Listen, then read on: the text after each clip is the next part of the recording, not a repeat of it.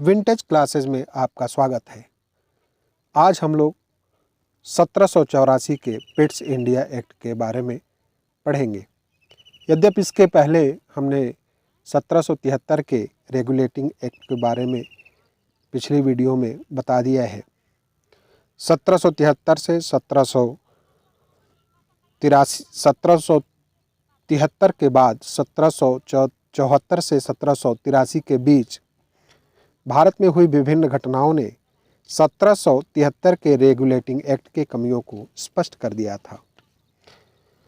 1781 के अधिनियम के द्वारा सर्वोच्च न्यायालय की कमियों को दूर कर दिया गया था, परंतु प्रशासन संबंधी दोष अब भी विद्यमान थे।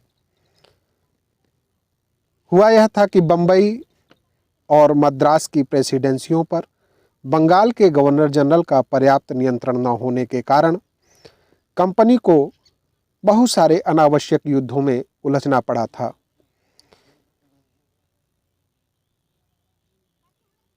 यह प्रशासन की कमी थी।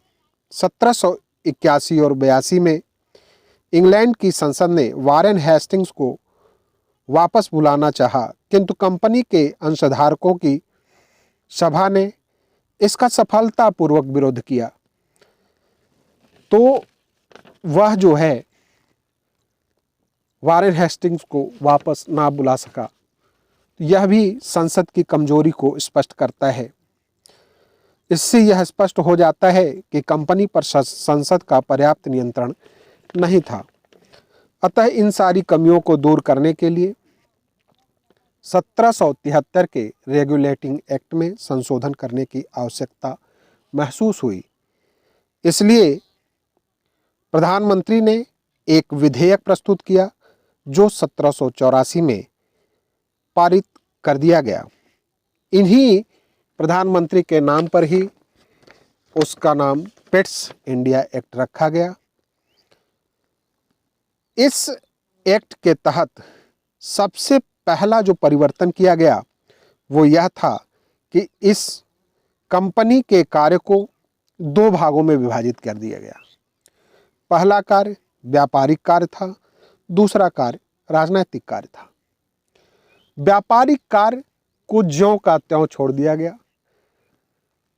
व्यापारिक कार्य कंपनी के संचालकों द्वारा ही संचालित किया जाता रहा, परंतु राजनैतिक कार्य को नियंत्रित करने के लिए इस अधिनियम के तहत एक नियंत्रण बोर्ड बनाया गया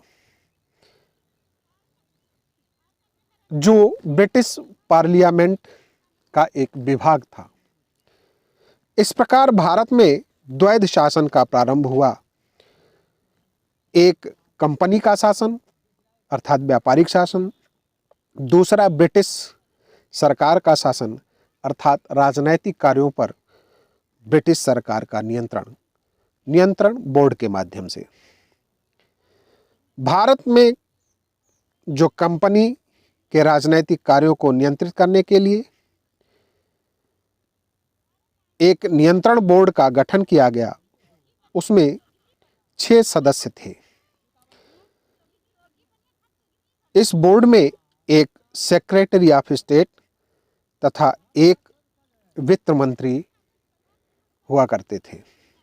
इसके अतिरिक्त 4 और सदस्य रखे गए जिसकी नियुक्ति ब्रिटेन के राजा द्वारा होती थी। इस एक्ट के तहत बंबई तथा मद्रास के प्रेसिडेंसियों को पूर्णतः बंगाल के गवर्नर जनरल तथा उसकी परिषद के अधीन कर दिया गया।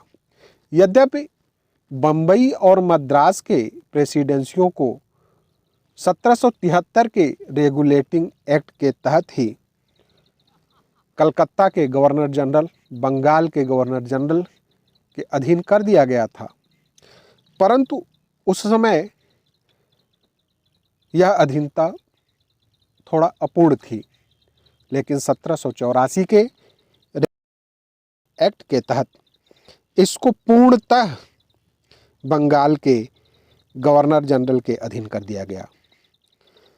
बंगाल तथा इंग्लैंड के अधिकारियों का उल्लंघन करने पर प्रेसिडेंसियों के गवर्नरों को निलंबित किया जा सकता था।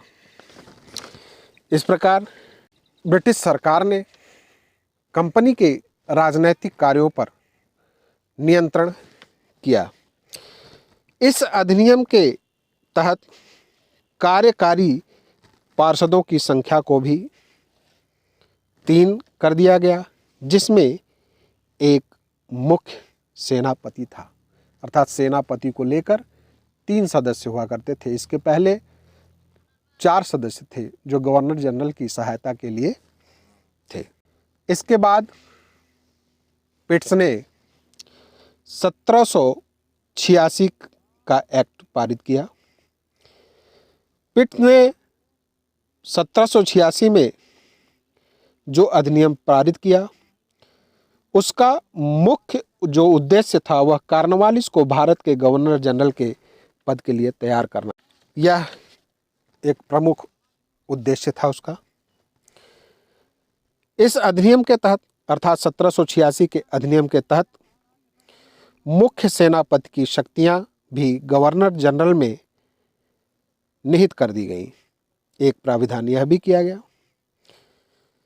सबसे जो महत्वपूर्ण परिवर्तन किया गया इसमें, गवर्नर जनरल विशेष अवस्था में परिषद के निर्णयों को रद्द कर सकता था तथा उसे लागू भी कर सकता था। अर्थात इस अधिनियम के तहत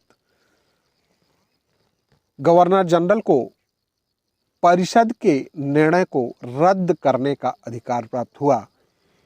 यह विगत वर्षों की परीक्षाओं में पूछा गया प्रश्न है, इसलिए हमने 1786 के अधिनियम को भी बताने का प्रयास किया। इसके बाद 1793 का चार्टर एक्ट आया। 1793 ईस्वी में एक चार्टर एक्ट पारित किया गया, जिसके द्वारा कंपनी के व्यापारिक अधिकारों को 20 वर्षों के लिए बढ़ा दिया गया। गवर्नर जनरल का बंबई तथा मद्रास प्रेसिडेंसियों पर अधिकार स्पष्ट कर दिया गया। यद्यपि बंबई तथा मद्रास के प्रेसिडेंसियों पर अधिकार पहले से था, लेकिन इसमें और थोड़ी सी स्पष्टता लाई गई। इसमें एक विशेष प्रावधान यह भी किया गया कि यदि गवर्नर जनरल बंगाल से बाहर जाता था तो उसे अपने परिषद की सदस्यों में से, असैनिक सदस्यों में, जो सैनिक नहीं थे, जो सैन्य कार्य को नहीं देखते थे, उन सदस्यों में से एक को उप प्रधान नियुक्त करना होता था, जो उसके ना रहने पर या बाहर जाने पर उसका काम कर सके। इस अधिनियम के तहत मुख्य सेनापति को गवर्नर जनरल की परिषद का स्वतः ही सदस्य होने का जो अधिकार था वो समाप्त कर दिया गया। तो 1793 चार्टर एक्ट के तहत ये सारे परिवर्तन किए गए। उसके बाद 1813 का चार्टर एक्ट आया। यह चार्टर एक्ट कंपनी के व्यापारिक अधिकार को समाप्त करने के लिए आया। 1813 के चार्टर एक्ट के द्वारा कंपनी के भारतीय व्यापार के एकाधिकार को समाप्त कर दिया गया। इस अधिनियम के तहत बहुत ही विशेष परिवर्तन किया गया, जिसमें जो उसके व्यापार करने का जो एकाधिकार था उसको समाप्त कर दिया गया। लेकिन कंपनी अब भी चीन तथा चाय के व्यापार का एकाधिकार रखती थी। अर्थात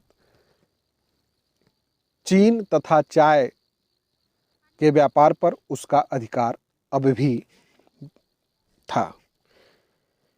1813 के चार्टर एक्ट के द्वारा नियंत्रण बोर्ड की अधीक्षण तथा नियंत्रण की शक्ति को न केवल परिभाषित किया गया अपितु उसका विस्तार भी किया गया। इस एक्ट के तहत 1,00,000 रुपया प्रति वर्ष विद्वान भारतीयों के प्रोत्साहन तथा साहित्य के सुधार तथा पुनरुत्थान के लिए रखा गया। बहुत ही महत्वपूर्ण प्राविधान 1813 के चार्टर एक्ट में कि भारतीयों के लिए, भारतीयों के पुनरुत्थान के लिए, भारतीयों के साहित्य के विकास के लिए ब्रिटिश सरकार के द्वारा 1,00,000 रुपए का 1,00,000 रुपए प्रति वर्ष भारतीयों के प्रोत्साहन और उसके साहित्य के सुधार के लिए दिया गया। यह एक बहुत ही महत्वपूर्ण प्रश्न है और विगत वर्षों में इसके बारे में पूछा भी गया है। इसलिए यह जो 1813 का चार्टर एक्ट है अन्य चार्टर एक्टों से अपना अलग महत्व रखता है।